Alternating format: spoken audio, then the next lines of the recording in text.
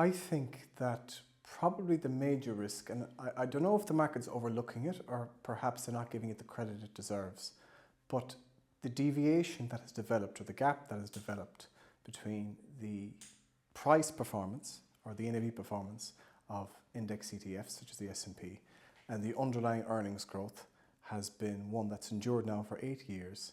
Every year that it goes up a little bit more, that gap gets larger and the risk increases. But it's performed fantastically well. And so people are looking at the historic performance as if it has some sort of explanatory value for what's going to happen in the future.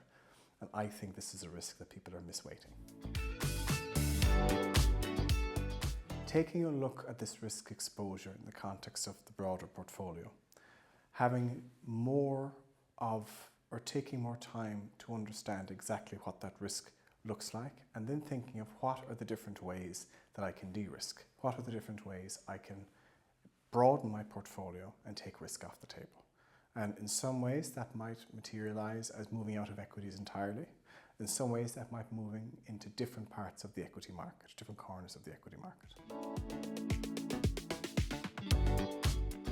Our strategy is based on meeting criteria for quality growth that ensure that the way that we look at risk has a constant measure. There is a minimum bar for risk that each company must pass before it gets into our universe and before it becomes accessible to be purchased into our funds.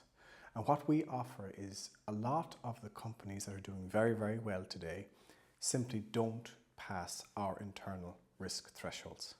And so we're offering a different space to invest where you can get access to high quality companies growing in a sustainable way that is very, very different to the companies that are growing as part of the index, and where the level of the fund in terms of the valuation of the fund and the growth of that is very much in line with the underlying earnings CAGR over a long time period.